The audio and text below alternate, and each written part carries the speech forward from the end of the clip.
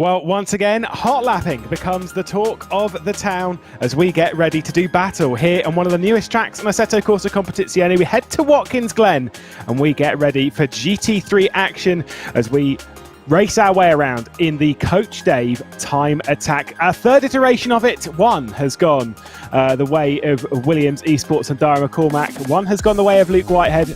Where is the third going to head? I'm Lewis McGlade. James Parker's alongside in the commentary booth to assist with all kinds of information when it comes to these cars. This is going to be a fascinating one. It seems like it's going to be between two cars though, really. Yes, Lewis. I mean, the big overhanging question will be, who will get that third spot? Will it be Luke? Will it be Dara? Or will someone else obviously come in and steal it from under their noses tonight? But obviously, as you can see from the entry list, there is a lot of Audis and a lot of Porsches. So I expect it really to be between those two brands. There's a couple of Ferraris. Interestingly, Darren McCormack is in a Ferrari. So we'll see if he can challenge the other two cars. Yeah, it kind of gives you a bit of a vibe as to how some of the drivers have worked their way in. This was from week 3, of course. They've had 3 weeks to qualify their way into the competition, taking a certain amount plus a wildcard into our final here from each of the weeks.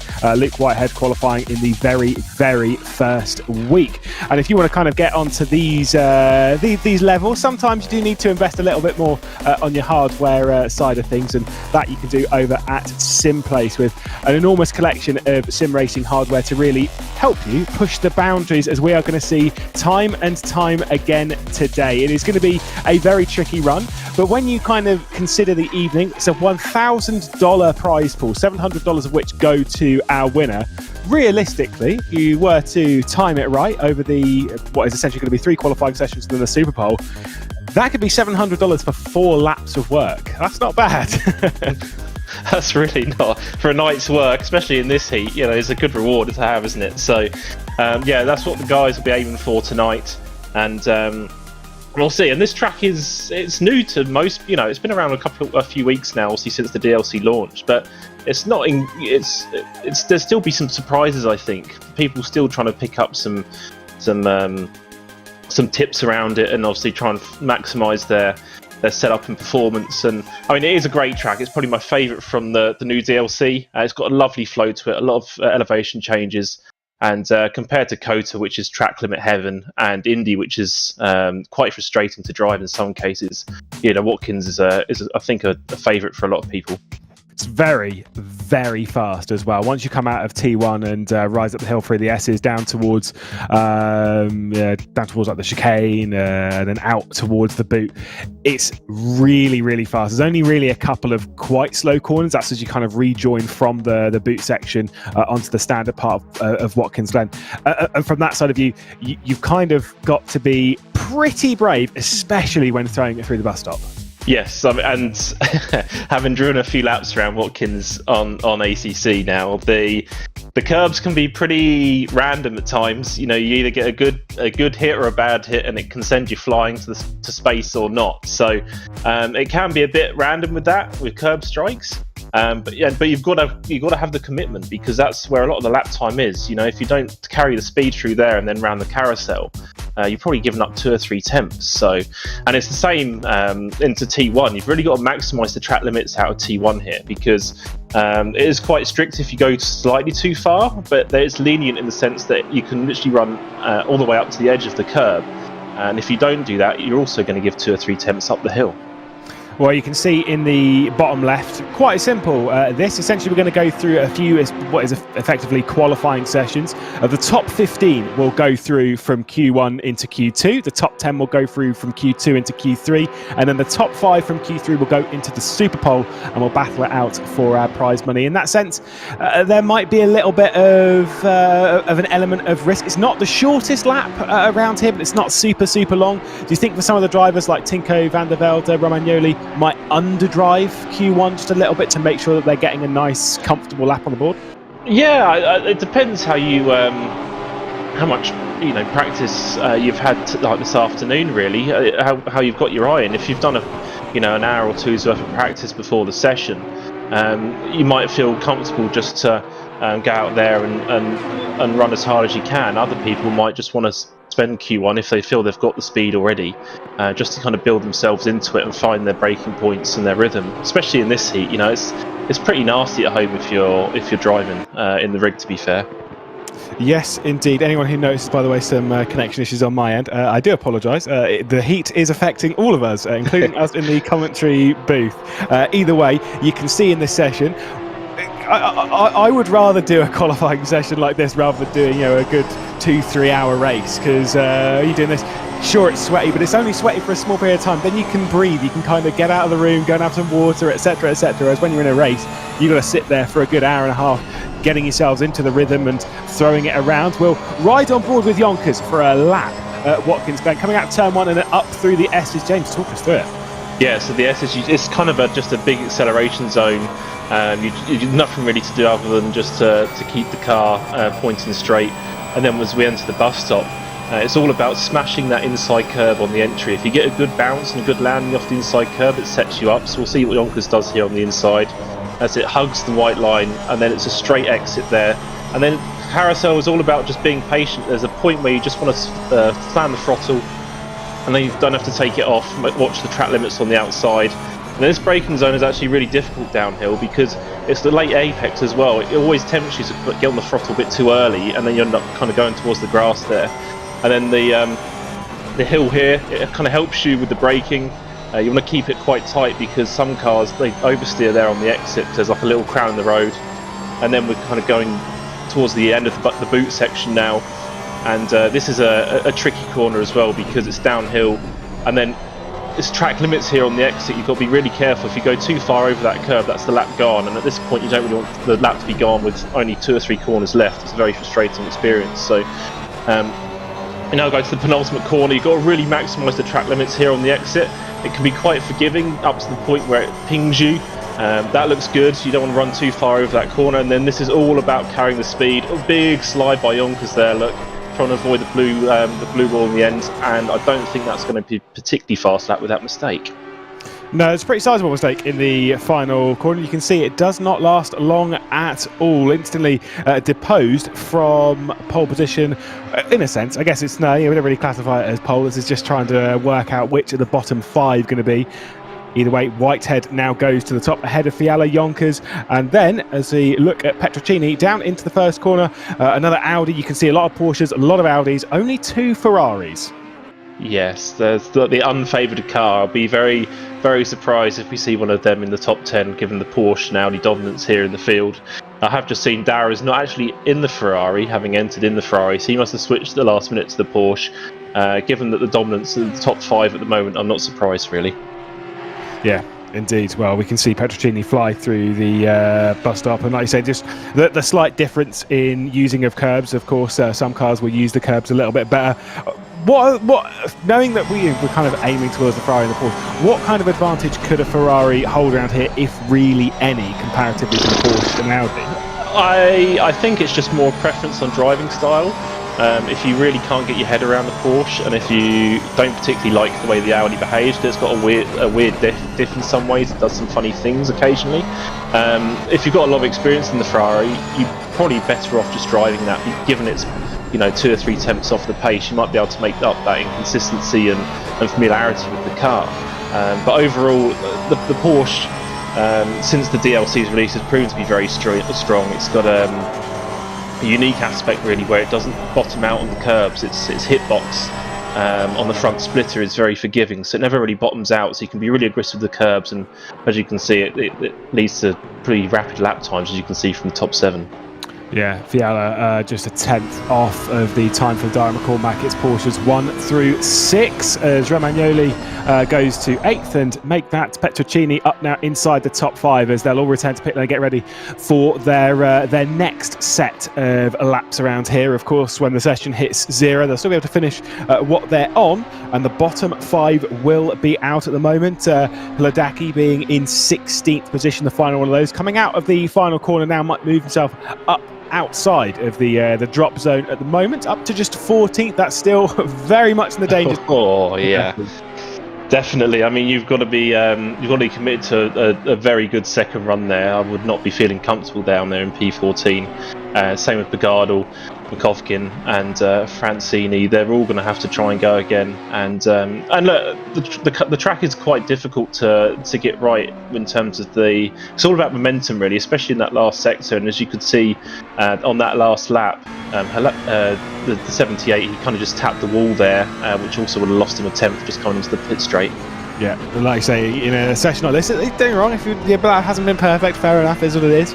But when we talk later on in this session, especially to get into that Super Pole session later on, you need an absolutely perfect lap. We're seeing a pretty good one as we ride on board with Romagnoli at the moment, the highest placed Ferrari, obviously up in 9th position as Bernd returns to pit lane.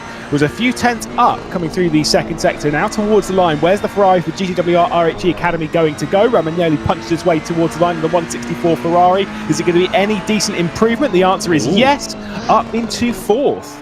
Yeah, and that's kind of the consistent gap I'd expect from that to the Porsche, really, if you're both maximising the cars. So that's a good lap from Romagnoli, and that should see him easily through to the next phase. I probably wouldn't even bother unless he wanted to go out again, to be honest. Yeah, and we'll see what Hladaki can do on this improvement. Is there going to be any movement? Currently down in 15th position, a couple of tenths up, gets dropped down into the drop zone with Francini, Seminara and Bernd as he comes across the line. Kind of took a weird line there on the start-finish straight, but still gets within 6 tenths of the top time from Dara McCormack and drags himself once again just out of the drop zone. Yeah, and you can see what that mistake cost Yonkers there, because had he got in those extra couple of attempts from the slide in the last sector, he'd have been up there in P7 and 8, and now he's got to be he's got to get the pressure lap on now. Cinco van der Velde on screen, the teammate of Dara McCormack. Normally we'd see those two teaming up in a Bentley rather than a Porsche, but whatever's fastest, trust me, these drivers can wrestle it around almost regardless of being slightly uncomfortable in the car that you're unfamiliar with. Getting a little bit of slipstream from one of the GTWR cars also just ahead. Cinco van der Velde a couple of tenths up the moment and goes into 4th ahead of Romagnoli. Yeah, it's a good that's a good time there. He'll be happy with that, and the slipstream gave him a nice little run to the pit straight just to gain him another half a tenth or so. So we'll now see if the Audis can really counter the Porsche dominance here, because they're full in the mid pack there. Well, we're looking at Yonkers, who's a couple of tenths up, but we remember that Yonkers did lose quite a bit of time in the final corner with a bit of a slide. How's it like this time? It's a bit smoother, a bit more understeer, but hey, that looked pretty decent to me. Yonkers out towards the line, still a couple of tenths up. Is there going to be a decent improvement up to 2nd place, a tenth and a half off of Dara McCormack? That surely is safe from the drop zone. Yeah, and that's the difference. He was nice and tidy in the last sector there. Car was on rails, and that's the result. Harteveld goes to 2nd place in the GTWR car, so a bit of changes up towards the top. Still, the bottom 4, the 4 that we will be losing, contain Pagado, Francini, Seminara and Bernd, who's still yet to get a lap time into this session. 5 minutes and 20 seconds left to go. There is Leon Bernd at the moment in the Remwelton Esports Ferrari at present. And like you say, This is where it becomes a bit stressful. Obviously, at the start of a session like this, you kind of want to get a decent time, or not an amazing time, but a decent time onto the board in the first sort of like 5 minutes, because that's like your time to fall back on. When you get to this point, that allows you even more comfort to really attack, to take some risks, to try and find the extra couple of tenths. Yeah, he must have had a couple of track limit issues in the first run there, and it's very easy to do in T1 if you're trying to maximise the track, and obviously in the penultimate corner, as I said earlier. So it has put him on the back foot a little bit. You know, you don't want to be trying to chasing a time right now. You want to kind of have a banker in already, but we'll see what he does based on how consistent he is in the last sector. Yeah, you still got a few more corners to tick off, because as we say, we're on the boot section. As you were talking through on your hot lap, you come through what is effectively the heel and then up towards the joining point, back onto the standard Watkins Glen. I guess this will be the ankle, realistically, back onto the standard Watkins Glen, down towards the final couple of corners. It's looking pretty tidy, but maybe not fast. Yeah, we'll have to see what the timing screen says at the end of the lap. I mean, he's maximised the track in all the places he can do. It's just about whether he's carried enough momentum through the corners, really. And we'll see as he crosses the line where it puts him.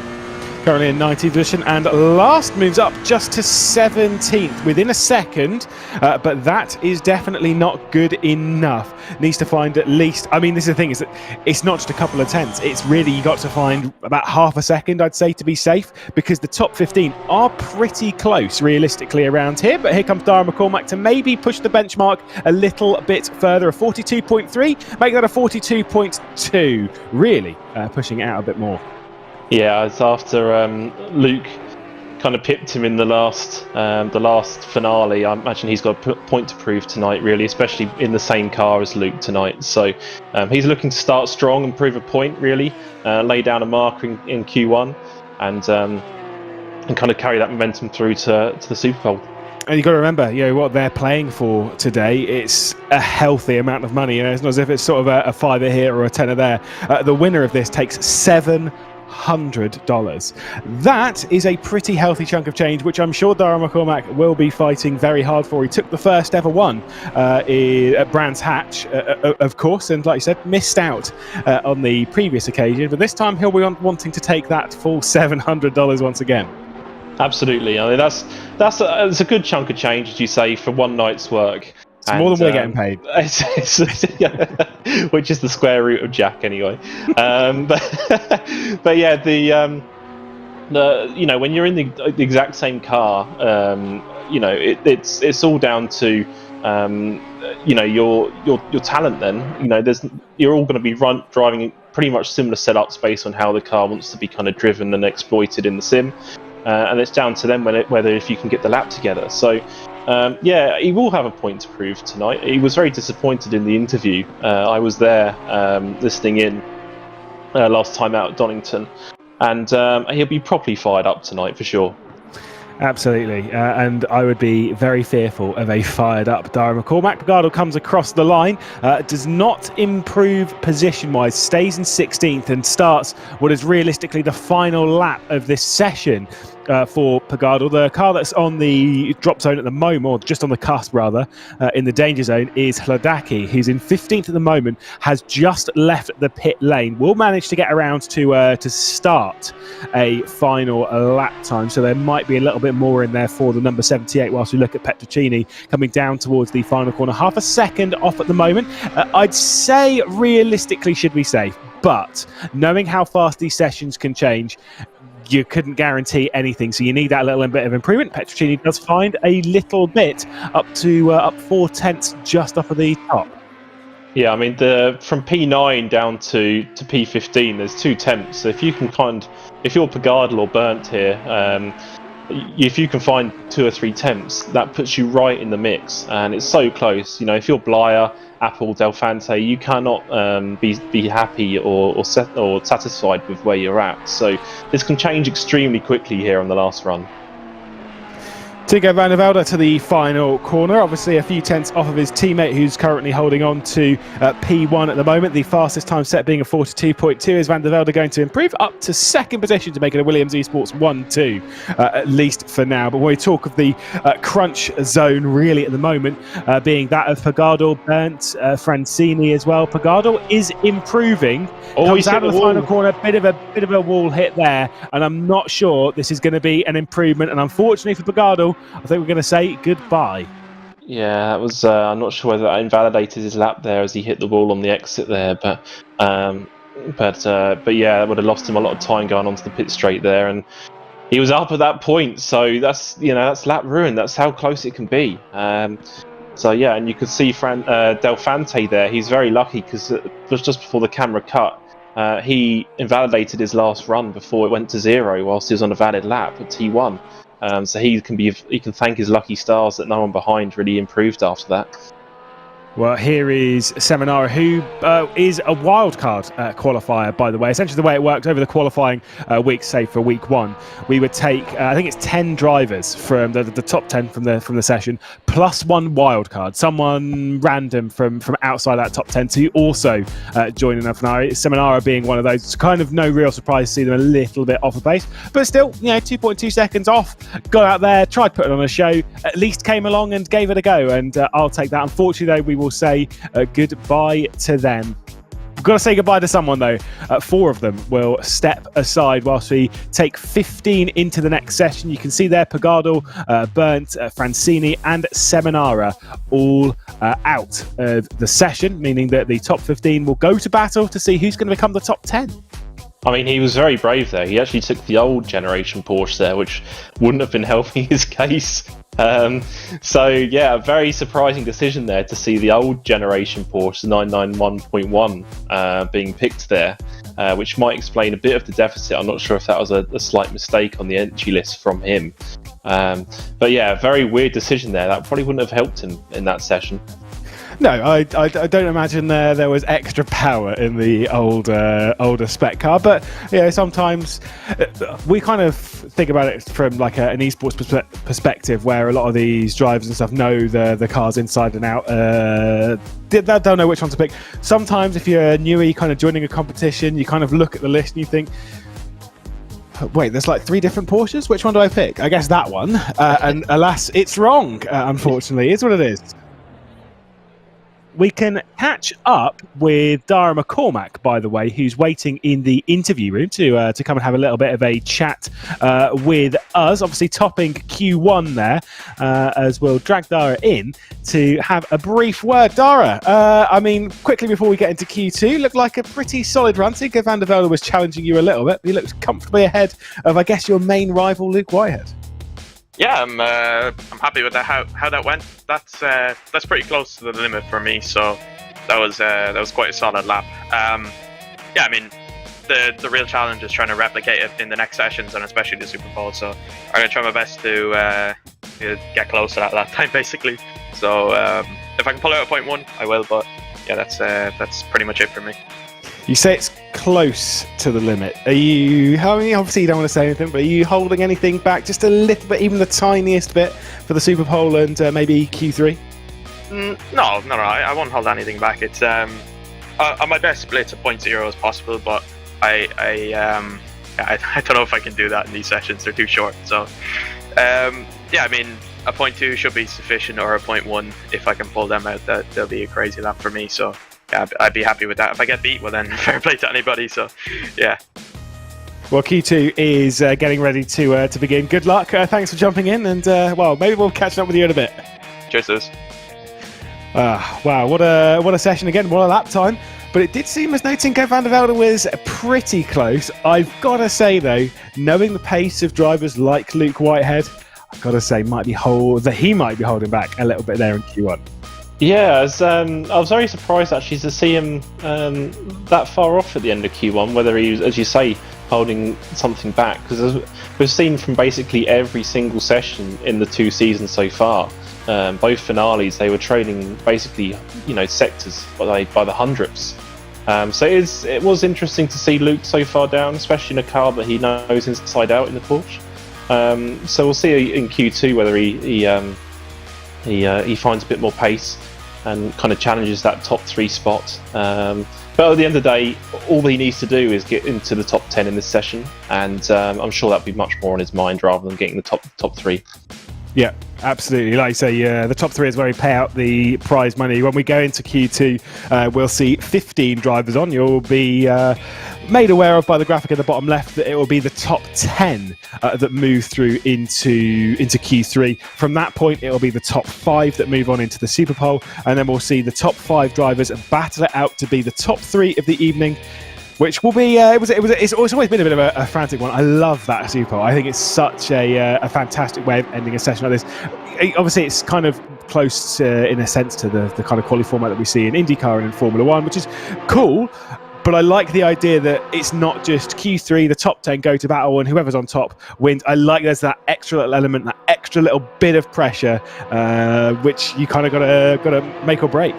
Yeah, and what we saw in those first 2 finales, both at Brands and Donington, was one of the top guys make a small mistake. It was Luke at Brands Hatch in turn 2, where he went a bit too wide and gave away that couple of attempts that cost him that P1 spot. And it was the same again at Donington with Dara. He, that one lap where he needed to pull it out the bag, he made a small mistake, couldn't get it back by the end of the lap, and that gave it to Luke. So it's the small margins, and that's that's what a Super Pole session where you need one lap. It does. It puts a lot of mental pressure onto you, and it's then down to who can deal with that. Yeah, indeed. We'll explain a little bit more as to how the Super Bowl session is going to work once we get into it, because there is a little bit more going on behind the scenes with the drivers as opposed to just being the single lap. It's a bit more of a complicated session, but there is a bit going on there. That'll be exciting. That'll be dealt with a little bit later on. We'll keep our eyes focused on this session as we are underway. They're all on the out laps, about to start their first time laps of the session. You can see this is only a 10-minute session. The time has been shrunk down a fair amount, and so any kind of laps in the previous session where maybe you weren't perfectly in the rhythm right at the start, well, you need to shift that by the wayside. You need to be right on it straight away. Now, with these kind of tyres around a circuit like this, James, is this going to be essentially one run from start to finish, or are we going to see people go out, do a couple of time laps, return to pit lane, and then go out and do a couple more? Yeah, well, I just saw Yonkers smash the wall on his outlap there before he was about to start his first time lap, which wouldn't have helped him because he's got to carry the damage now for the rest of his run. But yeah, in terms of tyres, they'll probably do 2 push laps and then box. You'll only really get time to do 1 out lap, 2 push laps and box twice, really. Doing a 3rd time lap in a row, the tyres won't really hold up. You might get caught in traffic and it'll sacrifice your second run. So I think you'll see everyone do those 2 timed laps, because the first lap will be a bit wishy-washy whilst the tyres are still trying to get into their proper window, and then you'll see them box for that second run. Wishy-washy. Very technical term there. You can tell that you do a fair amount of engineering there, good sir.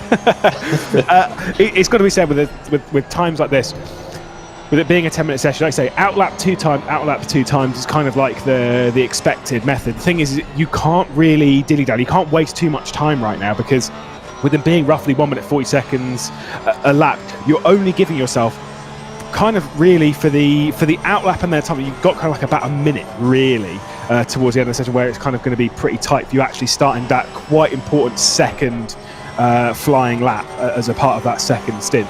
So you can't really waste too much time now. You've got to get in the rhythm and basically bang them in straight away. Yeah, absolutely. And the trouble is, if you're at the back of the queue, you're having to wait maybe an extra minute or so compared to if you're at the very front of the queue. So that even compromises your run plan even more, and puts you under pressure to try and get out for that second run as early as possible. Because if you're stuck waiting for people to find their 5 seconds of clean air between each other to get 2 clean runs in, you're gonna be seriously be put on the back foot for the second run. So it is time critical in a session this short, and getting that first banker lap in is really important. And Darren McCormack's definitely done that with a 42.3 on his first run. He says he can do, well, he did a 0.2 in the previous session. He says he thinks he might be able to do a 0.1. I'd say he doesn't need to do that in this session, but the big curiosity is to the response of Luke Whitehead. I don't remember what he did in the previous session. I think it was something around the 42.5 as to be the reasons where he is now. I don't know. It is a little bit concerning. It's either concerning in the sense of maybe Whitehead doesn't have the speed, or it's concerning in the sense that he's that confident that he knows what kind of time he can bang in and still get through into the next session without causing too much of a stir, and then try and respond later. Yeah, I mean, that was only their first timed lap, so that's why that was impressive for me, getting that 42.3 on a first time lap when your tyres aren't in their perfect shape. This second time lap, when the guys finish now, that'll be kind of really showing what they've really got pace wise, with the limited amount of fuel left then and perfect tyres. So yeah, that was a bit of a statement there on the first lap. But look at Sadarov, who's just obviously popped himself in. He wasn't that high up in the previous session, so he's suddenly popped up in the Audi, which is needed really, because it was Porsche dominated in the last session. Yeah, very much so. Same with his teammate Dominic Blyer, who was in 10th position in the previous session, 10th position in this one, not with a really representative lap time in that sense, but still 10th in this session is just about the cutoff. You don't really want to be 10th. I'd rather be 10th and 11th, but you don't want to be 10th. Certainly not in this. Here comes Caracas, Grantis Caracas up towards the line. Goes up into 5th position on the second time lap. Instantly will return to pit lane. Are hearing that he clouted the wall a little bit. So suboptimal in that sense because there's more time in it. Absolutely, yeah, and that wall gets it kind of seems to draw you in. It just seems to get closer and closer to the edge of the track when you're starting to really push the limit there. And because there's no runoff outside of that, and you're trying to carry. Because the last corner is all about momentum. You have to, brake a bit more or compromise your line. You're giving up 2 tenths, so sometimes you just have to try and risk it for a biscuit. And yeah, he brushed the wall there on his last lap. Depends what biscuit it is, really. That's always been the critical thing with me when it comes to chocolate digestives for me. Yeah, I mean, it's always got to be a chocky bicky if you're risking it. Yes. You've got to risk it for a chocolate biscuit. But as they depart pit lane to what will begin their final runs, got to say for somebody who's coming out like Romagnoli at the moment. I'm not vibing it too much in the sense of when you look at the time left, by the time that he gets round to start his flying lap, there won't be any time in the session to do a second flying lap on the run, which is kind of critical in the sense that the second lap's normally faster than the first, as we've seen before. Whilst, don't get me wrong, Darren McCormack's 42.3 is very impressive on that first lap. Still, it's... I wouldn't want to be banking on that right at the end, especially not when you're down in 9th. No, you could be Romagnoli or you could be Yonkers there, who really did mess up his first run here. Look, and he's 3 seconds off after that damage and maybe invalidation on his second lap. So he's got it all to do now. He will make it round for 2 time laps, Yonkers, which he'll definitely need to get through into the top 10. So we'll see what he does here on his first time lap to see where that puts him. Hopefully in the top 10, but that does put pressure on Romagnoli, as you say. See what Yonkers can do. 15th, goes 9th, moves inside that all-important top 10 and still has at least another lap left to go. Could technically do 2, could Yonkers on this run. Whether that was his session done, I don't know.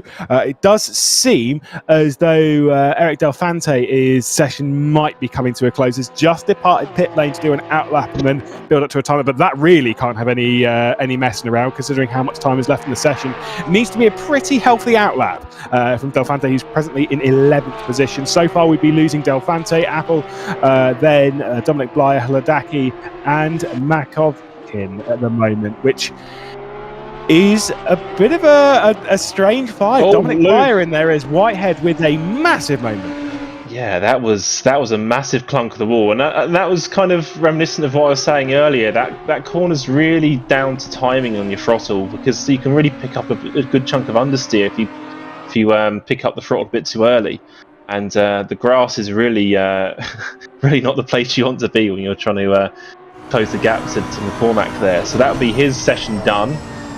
Not the best way to finish, really, with a bit of a crash. Not something you kind of want to carry through into Q3. But look at Blyer. I mean, Lewis, would you have bet Blyer going out this session? I wouldn't have. No, I would have put Blyer in the top 5 in that Super Bowl session, if I am honest. We know how fast Dominic Blyer is. Also, just to clarify, by the way, when Whitehead crashed, he was 2 tenths up on his lap when he binned it. So maybe there is plenty of speed in that car and he's just building himself up. Maybe that is the full book at the moment. So who are we going to be saying goodbye to? 5 of these drivers will be... Well, they'll come past the checkered flag for the final time this evening, but which 5 is it going to be at the moment? It's 5 Audis. Blyer is apparently up by a fair margin in his Audi R8 coming into that final sector. Penultimate corner ticked off at the moment. Final corner about to be rounded. Dominic Blyer out towards the line. He might knock Romagnoli off, who's finished for the session. Dominic Blyer does, but only just. Is that going to be enough?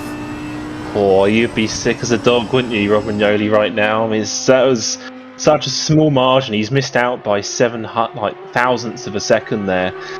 Not the way you kind of want to finish your session. So we see Delfante go rally crossing through the bus stop there whilst up. So that's ruined his last run. So he'll miss out by half a tenth as well. So these guys are really kind of throwing the kitchen sink at it, and coming up short. Well, there's only one driver really that can beat really Dominic Blyer at the moment and move themselves on. That would be Hladaki, because Del Fante with that moment, I think it was a little bit too sizable, and you can see just pulling off the 78, just coming through the foreground of shots, really being the last one. Grantis Caracas, who's comfortably into Q3 at the moment, present in 6th position, might try and finish this lap time off to see how much speed is still available on the table for the Lithuanian, with a couple more corners to tick off. Hladaki might not be enough to improve, but I do think that he'll be pretty close to getting up there with Dominic Blyer. Might move up a couple of extra spots. Grantis Caracas comes across the line and doesn't improve on the time, still 0.3 off of the pole and in 6th position. There's Mateusz Hladaki improving to the top 10. Well, I didn't see it there. I don't think he did. It was a shame there. He fell short there in 13th, so he did miss the cut. Got a feel for Romagnoli, really. I mean, he was holding that P10 spot for a good, 3-4 minutes there whilst the last runs were going on. And Blyer, we obviously thought he might miss out, but the last second there, he just saved himself by the skin of his teeth. 10th for the second consecutive session here. Dominic Blyer maybe showing that he's not really the qualifying maestro. We do know they're very good in the races, all of the Triton drivers, but unfortunately for Romagnoli, for Del Fonte, for Apel, for Hladaki and Makovkin, Dominic Blyer manages to just sneak his way through. It does mean that it is just a Porsche Audi battle in Q3 to battle their way into Superpole. No Ferraris in the next session, which is a bit of a shame, but I think it was kind of expected, especially when we consider the numbers game that is being played. Of the 19 drivers, only 2 of them being in Ferraris. Yeah, the numbers really were against them there to get a Ferrari snuck in there into the final session. So Romagnoli kind of was where I thought the top Ferrari would be. We mentioned it would be about 2 or 3 tenths off the pace. And yeah, that's kind of where he ended up. So we'll see what happens in this last session. And I think Luke's probably going to go into this session with something to prove. Surely, Lewis. I mean, 2 or 3 tenths there. I know he was up a couple of tenths towards the end there, but he wants to prove he's got the speed here in the last session. Well, we can find out, because Luke Whitehead has joined us before we move into Q3. And Luke, talk us about that session. You were a couple of tenths off before you dropped it in the wall. Is there more pace in the tank? Can you challenge Dara McCormack at the moment? I'd like to think so. I'm not honestly feeling that comfortable going into this. I mean, obviously I could come up with the driver's excuses. I've not had that much practice, or I've not been in the Porsche for that often lately, and I could make as much excuses as I want, but the point is I'm not quite as quick as I want to be. But I'm getting closer. Every single session I've been getting closer, and as you said, I was 2 tenths up until I threw it into the barrier like an absolute numpty. But hopefully I'll be there in the top 5. It's gonna be really close. I mean, everyone's really matched closely, so I'll just have to see if I can get the lap nailed, and fingers crossed it all works out. Well, quickly talk to us about the circuit there. Watkins Glen, of course, fairly new to Assetto Corsa Competizione. It's pretty fun in this kind of format. Yeah, it's a bit of a roller coaster, really. I mean, Sector 2 is the sector that I enjoy the most, because it's just hairpins and really precision based. The chicane is a bit of a lottery. So honestly, I think Superpole is going to be about who gets through that chicane cleanly. Honestly, I think if you do get through cleanly and no one else does, then that could literally win it for you. So I mean, yeah, we'll just have to see. I think I've kind of compromised my setup to make it better through the chicanes, but we'll see how it goes. I'm excited for it nonetheless. Well, Q3 is about to start, Luke. We'll let you go. Thank you so much for jumping in with us. Thank you very much. Take care of yourselves. Hopefully see you soon. Yeah, well, we'll be the judge of that. I think your lap times also might be, James. Q3 is about to get underway. We're about to make 10 until into 5. This is going to be a tense session, because this is where the last couple of years there's been a bit more of a form book as to the bottom 5 kind of. Maybe 5, 6, 7 tenths off a pole, maybe even a second off of the top times. In this, you're talking literally 2 or 3 tenths max. Yeah, this is when the sweat fest begins, really, isn't it? This session, and as Luke alluded to there, and it was what I touched on earlier, the chicane can make or break you. It really can. And as he said there, he's compromised his stuff a little bit to give him a bit more consistency through the chicane. Which obviously compromises him elsewhere in the lap. which could be explained maybe the couple of tenths difference there. So he's got to really kind of nail it there. He was on the cusp in Q2 really at 2 tenths off. He was very close with the other top 5 runners, so he'll want to pull a lap out of the bag to ensure he's in the Super Pole. But it would be nice to see some Audi representation, wouldn't it, Lewis? I'd hate to see a top 5 Porsche fest really. It would be nice to see a different car as well represented at that point. I love Porsches, I love the screen, but also at the same time, yeah, we like to see a little bit of variety here in just generally in SimGrid on ACC. There's so many different cars and stuff that you can pick on from the GT3s. It is sometimes a bit boring when it just becomes the Porsche class, but right now they are the class of the field. There are still plenty of decent drivers though in those Audi R8s, the 3 that we've got, that could still find their way through Petrogini, Sadarov and Dominic Blyer. But though, I'm going to say from the previous couple of sessions that we've had, I'm not vibing Dominic Blyer is making his way into the Super Bowl session. You're brave, Lewis, I have to say. I mean, you can never write him off. You know, he's blisteringly quick, and we wrote him off last session and he proved us wrong.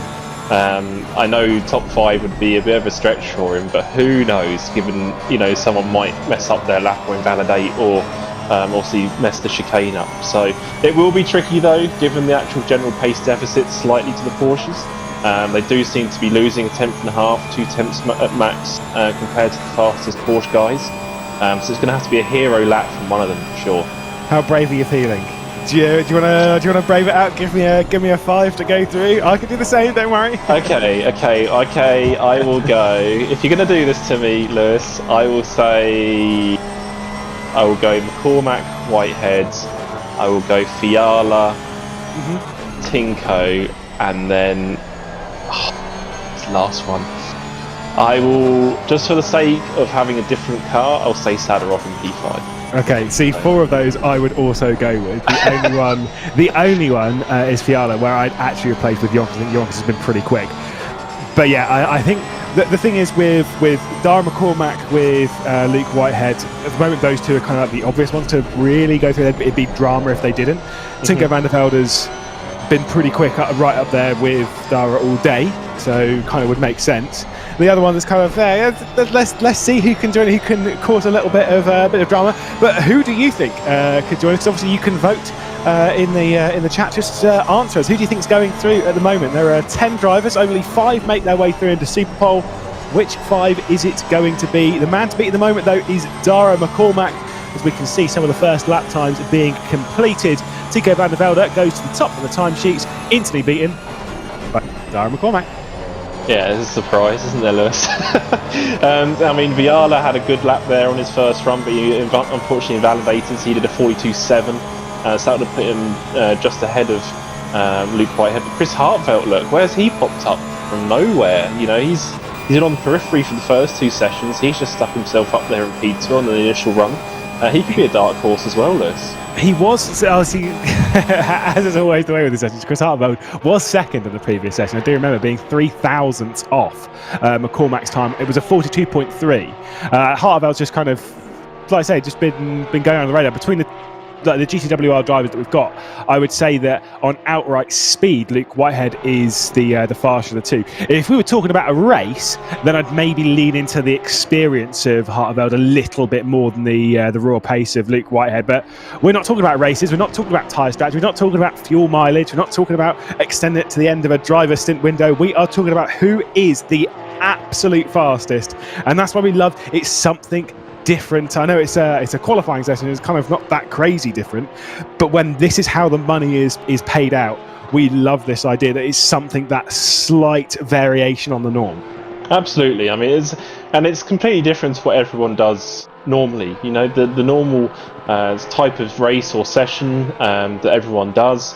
This is just completely different. You know, there's nothing that influences your result other than your own hot lap pace, essentially. So it's literally just you and the car against everyone else doing the exact same thing, and yeah, it just gives a nice change of scenery to what everyone normally does, which is endurance racing and traditional race weekends. Yep. As much as I do love myself some endurance racing, we do see a lot of it, and it's what a lot of these drivers see a lot of as well. It's where a lot of the large esports championships really are is with there's a lot of endurance championships out there in the world of sim racing, whereas something like this that will pay out $1,000 between the top 3. Yeah, you don't really get that in many places. Tinko van der Velde, though, will move his way to the top of the session, just ahead of his teammate Darren McCormack, who I think bailed out before the second lap, so that he would get an out lap and then 2 time laps at the end of the session, rather than doing his out lap 2 times at the start. Because obviously with this being a slightly shorter session, a slightly more condensed session being 8 minutes, you don't get the time to do out time timed. You've kind of got to pick and choose with where you're going to do the 2 time laps. Absolutely, and if he invalidated or made a mistake on his second lap, there's no point finishing it, because that's just going to sacrifice your second run, as you say. So it's better to kind of just tactically go back to the garage, reset, get a new set of tyres, and then ensure you get those 2 push laps at the end, which obviously Darrow's going to do here on his first time lap here. So I have to say that top 5, I've got 4 of the 5 so far. Caracas has kind of thrown me out the water there a little bit. I need Sadarov to pull a lap out the bag for the Audi gang, but yeah, that top 5 is looking rather familiar. Yeah, it's looking pretty tasty. What can Fiala do out towards the line? 5th place, remains in 5th. Did Fiala pull off there? Tinko van der Velde is done for the session and pulls out of the session with a return to pit lane. Fiala did pull out of the session, presently in 5th. I don't know about you, I'm not feeling super comfortable with being in 5th, and instantly is pushed out. So that was pretty predictable, unfortunately.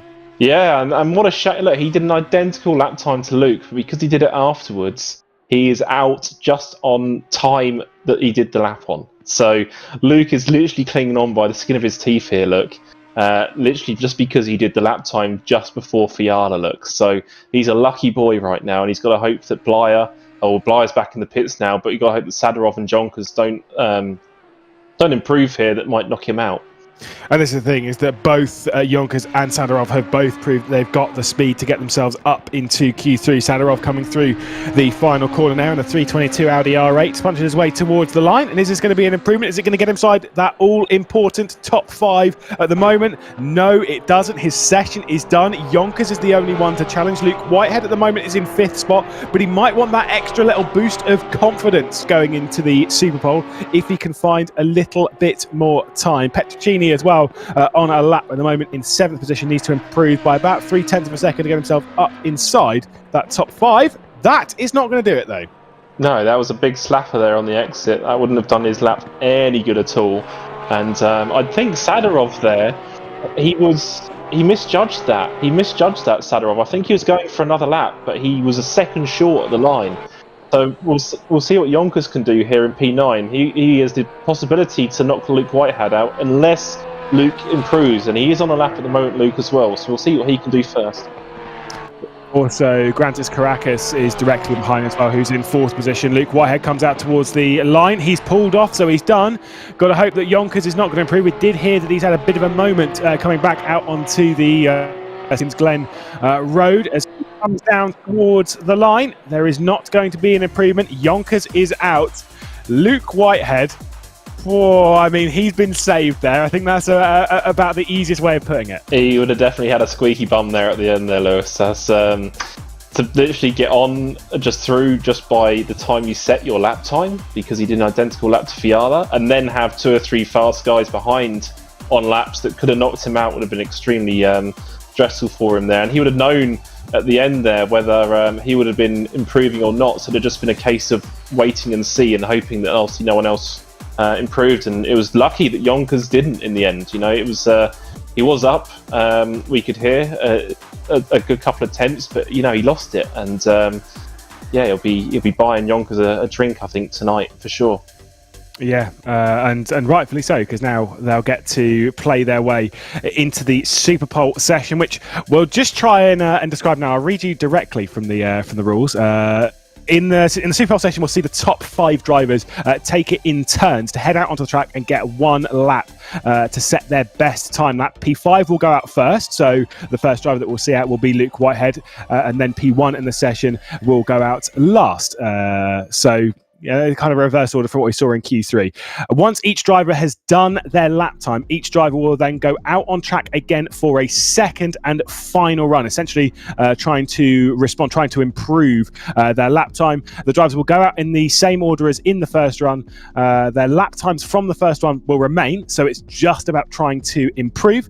Whoever is the fastest will be declared the overall winner of the third Coach Dave time attack. So essentially, whilst it is a Super Bowl, they get 2 laps to try and top the session, and they get to see what everyone else does and everyone else to respond to it. I think I like the idea. It is outright tension. It is, and the guys are separated. That top 5 in that last session were separated by 2 tenths, basically, almost to the 1,000th. So this is really going to come down to who's got the bottle, really, in those last 2 laps. You've got one attempt, and as Luke said, he's risked his setup choices and to maybe get that luck, that more consistent bounce through the chicane. So we'll see whose setup is more tuned to the single lap and whose is not. Very quickly, we've got Tinko van der Velde before we move into the Super Pole. Tinko, talk to us about that session. Looking very quick, looking like you're able to challenge Dara McCormack there. Yeah, I was really nervous, so I don't know how that came together. I did 2.3s, so I have the time there. It's going to be hard, especially because it's Dara, and he always beats me. But today I'm on pace, so hopefully I can get close or get in. A Super Pole session like this, where essentially you've only really got a couple of lap times to get it right. Is there extra pressure on this, or do you kind of have belief in yourself that you're able to just nail the lap? Yeah, 1 lap or 2 laps, and having the first lap with a little bit less grip is definitely harder, and it's gonna be more pressure. So, not really that confident, but will try my best. Well, we'll let you jump into the car, get yourselves in the right mindset. Cheers, Tinko, for jumping in. Cheers. Well, this is what it all comes down to, James. This is a tense moment. Like we've said, they're going to go out in reverse order, one at a time. It's them, the track. And as Tinko pointed out there, very importantly, you're doing your lap time on the first lap. They've been getting used to doing their faster times on the second lap time where the tyres are in their optimum. This is a slightly different ball game. Yeah, I mean, imagine doing 2.3s in Q2 and dominating the session, and then saying you're not confident. That's quite an interesting perspective, I have to say. But yeah, look, you don't know if people have practiced just doing the single lap in qualifying so far, or in practice, just to see if they can nail it or they're confident. So it does definitely throw a spanner in the works here. Everyone's used to normally doing 2 or 3 laps on a quali run. It does put the cat amongst the pigeons, and you've just got to be super precise here, because on that first lap when the tyres aren't quite right, it then comes down to how you maximize the track and really flirt with track limits, and just to kind of get the lap, squeeze the lap time, almost force it out when the tyres aren't quite there. So I would be surprised if at least one person doesn't fall foul of track limits on this first lap, whilst they try and push as hard as they can to get a banker in, the second lap will be when the pressure really ramps up. Well, the 5 that we'll see, Luke Whitehead will go out first, then Grantis Caracas, then Dara McCormack, Chris Harteveld, and then Tinko van der Velde. Now, from that, it means that our predictions were wrong, so good. We got 3 of them right, the other 2 being Grantis Caracas and Chris Harteveld. Honestly, the only reason I didn't pick Chris Harteveld from the previous, from our guest, I completely forgot. Shows how under the radar he's been flying. But genuinely, especially based on the Q2 run, Chris Harteveld, do not count out a driver of his experience and his talent, because can absolutely challenge. I mean, all 5 of them can challenge. That's the name of the game. But I still feel, despite Tinko van der Velde topping that session of Q3, the favourite's got to be with Dara McCormack, because he can nail a 2.3 on that first time lap. We've seen it before. Yeah, I mean, Tinko needed that second lap in Q2 to get the really fast lap time, and he did a 0.6 in that previous session on his first lap, so that was 3/10 shy. So McCormack, as you say, on that first lap has proven he can get that 0.3 in straight away. So it'll be up to the other 4 really to prove that they can match him. So yeah, we'll see what Luke can do here on his first lap. And let's ride on board. Of course, this is where it becomes important. They get 2 lap times in the session, as you can see it in the bottom right. Fastest lap wins. And by 2 laps, we don't mean they can do 2 laps on this run. They will do this 1 lap. Then we'll see the lap times coming in from Grantis Caracas, then from Darren McCormack, then Chris Harteveld, and then Tinker van der Velde. And then essentially they will do the same thing again.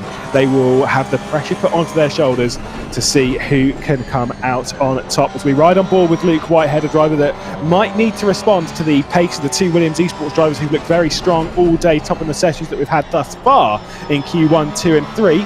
Whitehead coming around into the final sector. It's looking pretty tidy. Yes, it is. It's been a clean lap so far. He hasn't really flirted too much with track limits where it'd be a slam dunk invalidation. So he's definitely maximising the track here and carrying good speed. And we'll see what his first banker lap is. So, to the line, Luke Whitehead, the first lap time of this session. What is it going to be? Oh, he's starting the lap time, that's why. Whew, we're okay. We'll start. Lewis, we knew that, didn't we, Lewis? Yeah, we absolutely knew. We weren't expecting him to be on a time lap there that we were just jumping on board with. We are up to speed in the commentary booth. It's the heat. It's the heat. Lewis, it's the heat. The reason why is because normally Michael Hamlet is in our ear that we're being idiots and saying the wrong things, and he wasn't on that occasion, so maybe he was fooled himself. Who knows, but this is simply not saying us in that air. Luke Whitehead, though, coming up towards the bus stop. We can really see what this lap time's going to be. Is there you can work extra heat into your tyres that you wouldn't normally do if you're doing a 2-lap run? You can just you can literally just smash the brakes the entire out lap and just try and generate as much heat as you can, get the brakes nice and red or orange, and just pray really. You don't want to I mean, it's not too much of a black art in ACC. You just need the heat to come in, and then the pressures come with time. So all the guys will be doing that. But it's been a solid lap so far for Luke. He had a good chicane. It wasn't amazing, but it was very good. The car landed square, and he didn't pick up any oversteer. So we'll see in the last couple of corners as he exits the boot what kind of drive he gets. It's a good exit here, and penultimate corner, we've just got to make sure he doesn't ride over the outside of the curb. Perfectly judged it perfectly there, and it's all about the momentum here through the final corner. An earlier apex rides all right out to the wall, and then it's down to the line. Now let's see what this lap time is going to be. Whitehead will cross it and do a 42.5. Now, I'll say now, I don't think that's going to be good enough to take the $700 for winning the 3rd Coach Dave time attack. But it's good enough at least as a banker lap, which I think is very, very important in this. Whilst you get your first lap time and then you get your second, it's really important that your first lap is a decent banker lap, something that might keep you in the top 3. Let's see though, as Grantis Caracas will now start his lap time. The Lithuanian sneaking his way inside the top 5 with a 4th place in Q3. Down towards the first corner at the moment, it's Porsche versus Porsche versus Porsche versus Porsche versus Porsche in this session, as we'll see Caracas up through the S's. Yeah, and this is a really long drag up to the bus stop chicane here. It's you can't really do much to influence your lap time outside of just keeping the car as straight as possible up the hill, because it just drags the engine as you go up the hill. And we'll see, we can directly compare Caracas' chicane. Nice, lots of curve on the entry there. Stays a little bit tighter than Luke through there for a straighter exit. And then the carousel here, a bit tighter again. Didn't maximise the track there on the exit as much. Might not need to based on the setup he's running. It might have a bit more natural rotation in it. And yeah, picks up the throttle nicely there. A bit of a wiggle there on the exit as he runs over the curb. And we'll see one of the trickiest corners on the track, I think, here. Good straight exit, no oversteer. Uses a little bit of tarmac on the exit there. And now we're getting down to crunch time, Lewis. But it might have been a little bit wide going through the toe, down into the heel and up towards the ankle, which I'm just going to call it now. I think that's yeah, fair enough. It makes sense. It adds up to the whole boots thing. I think this is the hardest corner, the absolute hardest, and you can kind of see that did not look like an ideal line from Grandes Caracas, so might have lost a fair amount of time. 2 corners left to go though through the penultimate one. Doesn't use too much of the curve, not nearly as much as what we saw from previous sessions in this bit of an oversteer moment there coming through the final corner. Just had to catch it briefly before he comes out towards the line. What is the lap time going to be from Grandes Caracas? I can't tell you, Lewis. No idea. Absolutely no idea. He's half a second off the lap time that Luke Whitehead has set with a 42.522. Kind of makes sense. I think he did lose a lot of time in the final sort of half of the lap, really. Yeah, the ankle, as you put it, Lewis, he had a few stabs at the turn in there. It was pretty uncomfortable, and even again in the final corner. So he just couldn't carry the momentum that Luke did. And now we'll see obviously what McCormack can do here. It's see if he can replicate that 0.3 that he's already done about 3 times this session so far in varying sessions. So if he can just stay on that target, he'll be in for a great shot. This is the pressure lap there that you can see he didn't use as much curb through that first bit as what we saw from Grandes Caracas. Did that line, is that a good line from him? He didn't use that much of the first bit. It looked a little bit lethargic on entry. It slid a bit in the middle part of the chicane there in the bus stop. He had to kind of, the way the car landed, it kind of threw him more to the right hand side. And if you ride that exit curb too much, it's a real bumpy and rough ride. So, but if he carried the speed, it might not penalise him too much, you see. So we'll see what it's like at the line. But sometimes it can look bad and be fast, and sometimes it can look good and be slow. So that's true. So we'll just have to see. He did carry a lot of momentum through the chicane, but he's been very neat and tidy for the rest of the lap. And as we approach the ankle, as you've now petitioned it, we're going with it. Yeah, and everyone's getting a little bit squirrely there on the exit, but he managed to keep it off the grass. Similar to Luke, he's all the road there on the exit. And he slid up a bit wide there in the final corner though. We'll see if he gets away with it now as we approach the line. See what it's going to be. It's going to be a 42 something, but it is slower than Luke Whitehead. It's a 42.6. That is not great for Dara McCormack. He'll need to do the work on the next lap that they'll get after this. But a big moment there, a big hit has been dealt potentially in favour of Luke Whitehead, who after the first laps will be at a bare minimum in 3rd spot. We're now on board with his teammate Chris Harterveld, who finished the previous session in 2nd and actually has done with Q2 and Q3 both sessions in 2nd place behind one of the Williams eSports drivers. In Q2 it was Dara McCormack, in Q3 it was Tinko van der Velde, who'll be going out as the 5th and final driver on these first runs. A reminder, they get 2 runs in this qualifying session, and we're on board with Harterveld's first stab at the track. Yeah, he won't want to be the bridesmaid this time in the other 2 sessions, so he'll be looking to get a really good initial lap in. The lap's been clean so far. Again, it's quite hard to judge from the initial lap time-wise. You can only also judge just based on how the car's behaved and what kind of momentum he looks to be carrying. He's also a fair bit tighter there compared to other drivers in that on the back end of the boot there, and this is one of the trickiest corners on the track. We'll see how far wide he runs on the exit here. Nice apex, maximises the exit, and we go to the ankle. We'll see how much oversteer, if he needs to have a second stab at the entry. Lot smoother there, look, good clean exit, a lot less oversteer. So we'll see as we approach the last couple of corners what he can do. Yeah, looking like a very tidy lap at the moment from Harterveld. Is it enough to beat that 42.5 that Luke Whitehead has set out of the final corner? Now, Chris Harterveld will go towards the line. What lap time is it going to be? A 42 point. Oh, it goes just ahead of Dara McCormack, but importantly, behind his teammate, it is a 0.5, but it's not enough to challenge the top. So Luke Whitehead, who came into it not really feeling the absolute most comfortable throughout the day, well, he could be looking for a 2nd place at the moment, maybe even a 1st if Tinko van der Velde doesn't get this lap right. So far we've seen 4 pretty decent lap times.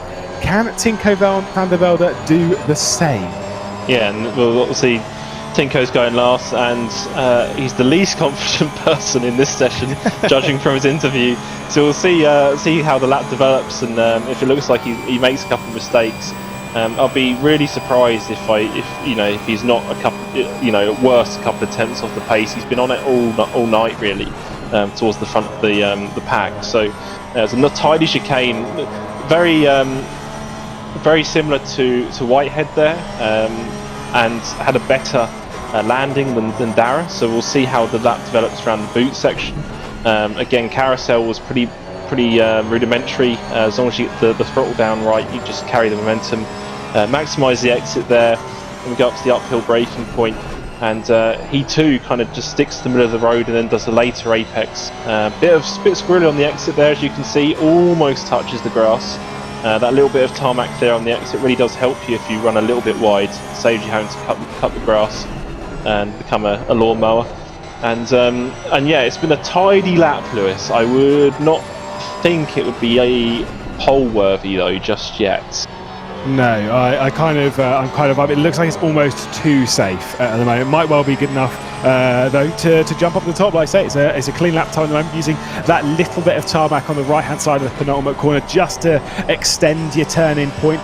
Clean through the final corner, maybe a little bit too early on the apex, but Tinko van der Velde in the Williams Esports Chill Blast machine will come towards the line. He was top of Q3, goes to 4th. I think that was pretty much the expected lap from what we were seeing, that it was going to be ahead of 5th place of Grantas Caracas, who was half a second off, but it just didn't look like it was going to be strong enough to challenge this man, who will go out now for his 2nd lap time, Luke Whitehead, with a 42.5. That lap time will stay on the board, and this is essentially their chance to beat it, their chance to improve. So the session is not done. Luke Whitehead is topping it, but he'll be feeling the pressure from behind. Yeah, and he'll be now able to see his live delta. So, and we're hearing he actually invalidated his 2nd time lap there on the exit. He did look a little wide where he ran over and into the runoff off the curb, and the invalidation is normally the curb edge on your left-hand side wheels. So, yeah, his lap is done, and now it's out of his hands, Lewis. He cannot influence this result outside of his initial run.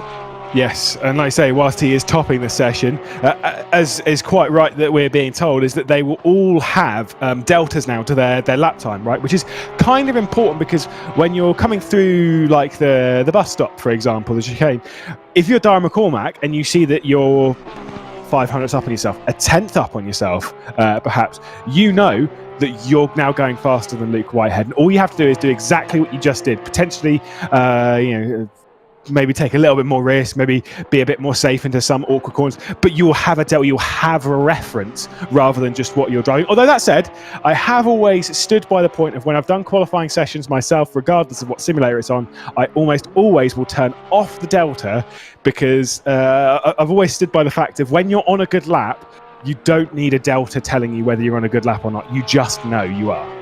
Yeah, and you'll try too hard in the places sometimes where you can't actually gain any time, just trying to improve the delta that little bit more. So, but yeah, that will give everyone else a bit of confidence, I think, Lewis. Yeah, the fact that they can now take that away from Luke without any kind of influence from Luke's side. They've got all the power here to take him off the top spot. So they've got this run. They know their delta, as you say.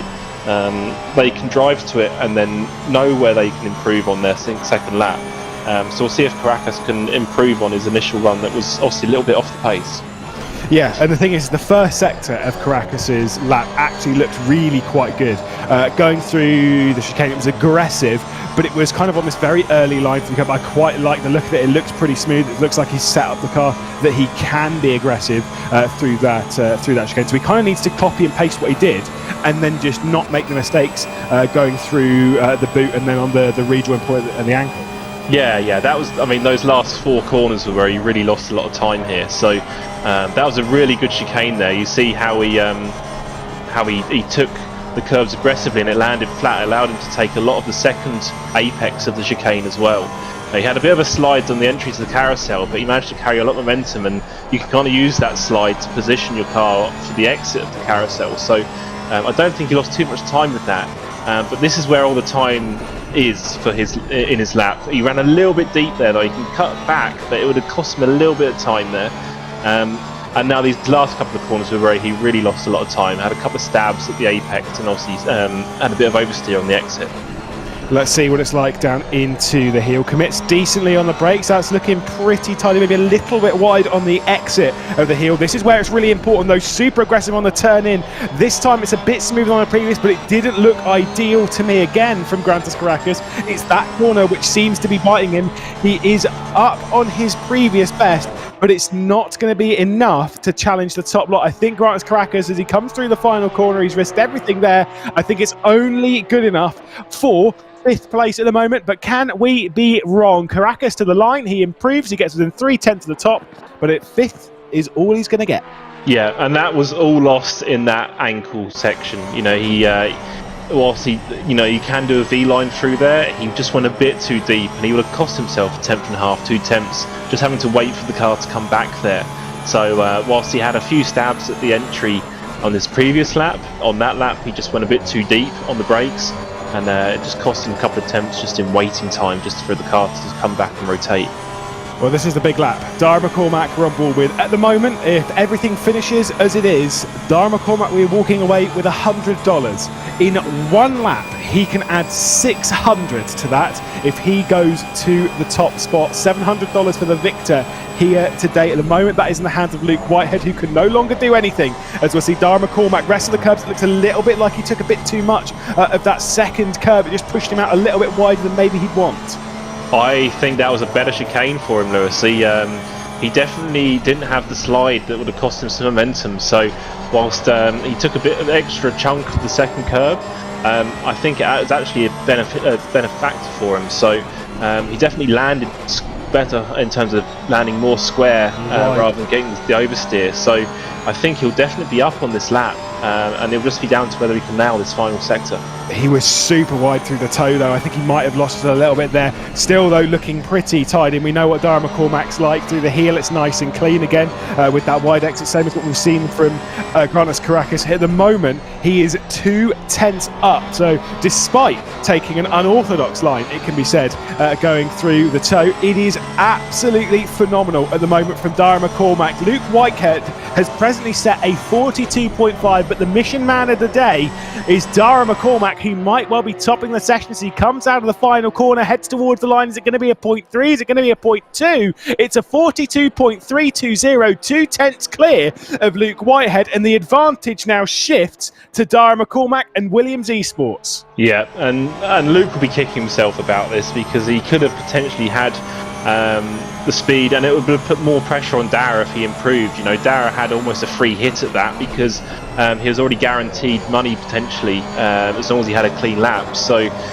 yeah, the pressure was off there really, compared to if Luke had improved again. So Luke would be kicking himself about that.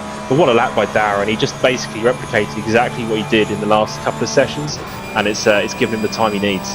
He's pretty good, that guy, isn't he? He's a talent to keep an eye on for the future. Chris Hartwell, though, could add a little bit more salt to the wound for his teammate Luke Whitehead, who is in second position at the moment. Again, a similar line, maybe a little bit too wide, though, from Chris Hartwell. Very similar, though, to what Dara McCormack did, just maybe a little bit more over to the right-hand side. Yeah, the exit curve there, he took just a bit too much. It bounced him towards the grass. He would have definitely lost a little bit of time through there. Just with the unruly bounce, and it kind of pinched his entry to the carousel. So we'll see what the rest of his lap looks like. It's clean and tidy here through the toe, and we'll just see now as we approach the last couple of corners how clean and tidy he is. As we go down to the downhill braking zone, because of that apex nicely, gets a good dry. Oh, bit of a squirrely moment there on the mid corner face when he's trying to get the power down. That would have also cost him a little bit of time there. So yeah, I would be shocked, Lewis, if this was a 0.3. Yeah, again, it might be enough to move him ahead of his teammate Luke Whitehead. I don't think it's going to be enough to challenge Dara McCormack at the top of the session. Wide through the penultimate corner as you'd want, pulls it back over to the left-hand side, dishes it through the final, out towards the wall. Big hit on that wall, though. I don't know if this is going to be improvement from Chris Hartwell. He comes towards the line. He's in third. He stays in third. There is no improvement. So Luke Whitehead is at least guaranteed some money, but this driver can cost him an extra 100 at the moment. Dara McCormack will take the full total of $700. Luke Whitehead would take 200. Chris Hartwell would take 100. Tinko van der Velde could be the one that spoils the party. Yeah, and we'll just see if he can get this single lap in. You know, he's beaten McCormack already in Q2, so let's just see if he can hook the lap up and nail it. I mean, it's he's got a lot of time to find though, but he'll know where that time is based on his delta, so we'll just see if he can tidy that up. But it's a big ask, isn't it, Lewis? Yes, there is a lot of pressure on this driver's shoulders, but this is how some drivers are very good at reacting to it, and that's what we need to see from Tinko van der Velde if he wants to move forward in his sim racing career. This is the kind of stuff you've got to deal with right now. This session is a really good example as to how to deal with it, because there's no race to follow. So if you don't nail it, then it's kind of like, okay, you've cost yourself maybe a little bit of money, but there's no race to follow where you'll have to bounce up from a low position on the grid. It's just this session, and Tinko van der Velde is a driver that can use this session to really learn to find his limits without really the major risk behind it of a race, of a championship. At the moment, he's looking very good. He's improving by 2 or 3 tenths right now. Yeah, absolutely. And his chicane was super sweet. You know, he got the bounce just perfect. He could stay tight for a straight exit, and he definitely gained time through there. As you say, he's almost nearly 3 tenths up. Just needed a good, clean final sector, and he could go P2, or maybe, imagine him gaining another 10th or so in the final sector. He could challenge Dara. So we'll see. This is going to be close. This is going to be close. Could he take any of the prize money at the moment? Again, he was the fastest in the previous session. This is the last lap time that we're going to see in Superpole. He comes out of the final corner. He could well take second position off of Luke Whitehead. What does he do at the line? It is good enough for second. It's a Williams Esports 1-2. And by 5 thousandths of a second, Tinko van der Velde moves himself from 4th up to 2nd. What a super lap time. It's not enough to challenge Dara McCormack, but it's good enough to throw some change into the bank. Absolutely, and commiserations for Hartfeld, because he is literally 700ths away from P2. So that's the difference between no money and some money, even less between P3 and P4. So got to feel sorry for Chris there on that last lap. Just a bit messy, couldn't quite nail that lap to get the top 3 spot, but what a finish for Tinko. He held it together. Maybe just a little bit of time in that last sector relative to Dara, because he was tracking really close to him. But yeah, considering where he was in P4, that's a super last effort. And considering he came into the session, speaking of his struggles a little bit, mentality-wise, of confidence, I'm going to say, to have got the first lap in that wasn't great. It wasn't awful, but it wasn't great. To have then bounced back with a lap like that, which, yes, I'm sure when you look at it in the finest details, of course, especially when you compare it to his teammate Dara McCormack, he was 2 tenths clear. There was a bit more time in it. Fair enough. It is what it is. But to be able to respond under that pressure, to be able to move yourself up in a second position, it shows a great strength of mentality. Absolutely, yeah, and he'll be super happy with that after obviously he sounded almost downbeat and already beaten in that last, that interview before Q3 when he was P1. So good way to end the night for him for sure. Well, we're going to catch up with our winner of the event. Dara McCormack will join us in the interview room once again. We caught up with you a little bit earlier on in the day. We were wondering whether we were going to catch up with you a bit later on. The answer to that question is yes. And by 2 tenths of a second, what a super final lap time. But you had the work to do because your first lap wasn't ideal. Yeah, I came through the bus stop and I made a small mistake, and it turned out to be huge in the long run. So yeah, I just focused on keeping a clean bus stop, then bringing home the rest of the lap. A couple of mistakes here and there, but I think everybody made mistakes, so I'm really happy. 320 in Super Pole is definitely a proper lap. These Coach Dave time attacks are a lot of fun. They're something a little bit different from the standard world of sim racing. Obviously, no race to follow it. But you think these kind of sessions teach you a little bit about dealing with pressure in a kind of a hot lapping environment that might actually assist you with other sim racing stuff where you got the pressure on your shoulders in a qualifying session? 100%. Like when you're in session 1, the pressure is very minimal. You're very calm. You can just put in a lap. Hence why I did my best lap in session 1, and then as the sessions progress, they get shorter and shorter, and the pressure builds and builds. So it's really tough by the time you get to Super Bowl. So putting a lap together is actually really hard. I mean, it'll definitely help me for the future in quali sessions the more I do these. Well, it's now 2-1 to you and Luke. Of course, you winning 2 of these, Luke winning the other one. Tinko, though, was pretty close to throwing it into the mix there. Of course, teammates, been teammates for a fair while. You keeping an eye over him? Were you still desperate, even more desperate to beat Tinko than Luke? I'd say it's even. I treat everybody the same. So, yeah, I mean, I'm really happy to beat Tinko because he's rapid at this track. So, yeah, I mean, fair play to Luke, fair play to Chris and Grantis too. Great laps from everybody. So, yeah, GG to everybody who raced this time. It was really good. Well, cheers, Dara. Have a great evening after a great drive, a great win. Cheers. Thank you, Lewis.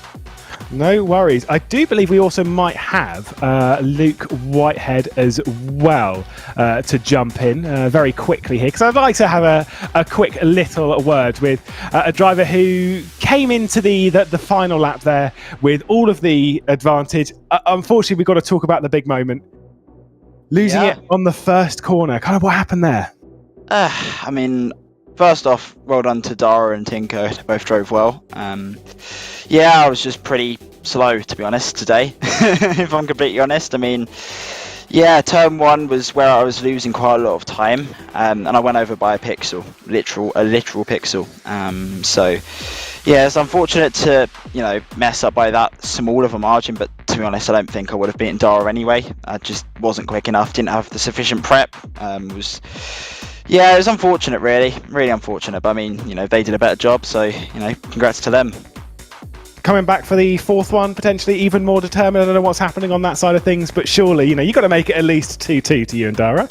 Yeah, exactly. I mean, I'm going to come back for the next one. I enjoyed this one. As I said, I didn't have the prep that I really wanted to. I kind of didn't really know when it was when it was happening. So, that's a fault from my side. But again, I'll be back hungry for the next one. Hopefully, it's a track that I actually like and actually enjoy driving. So, I mean, pick Hungaroring.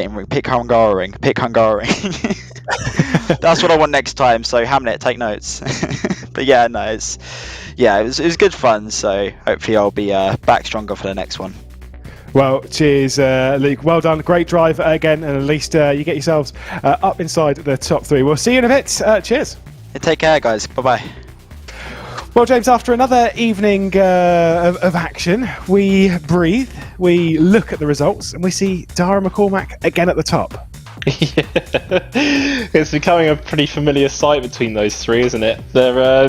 We need someone in season 4 to kind of step up and knock them off their perch. It is a good rivalry that they're starting to form. And obviously Luke said he'll be back for season 4 and aiming to try and to grab another finale off Dara. But it would be nice to see a third party join in, wouldn't it, Lewis? Oh, yeah, absolutely. I think there's a lot more to come. Also, we need George Boothby to come along. And I've seen him been qualifying.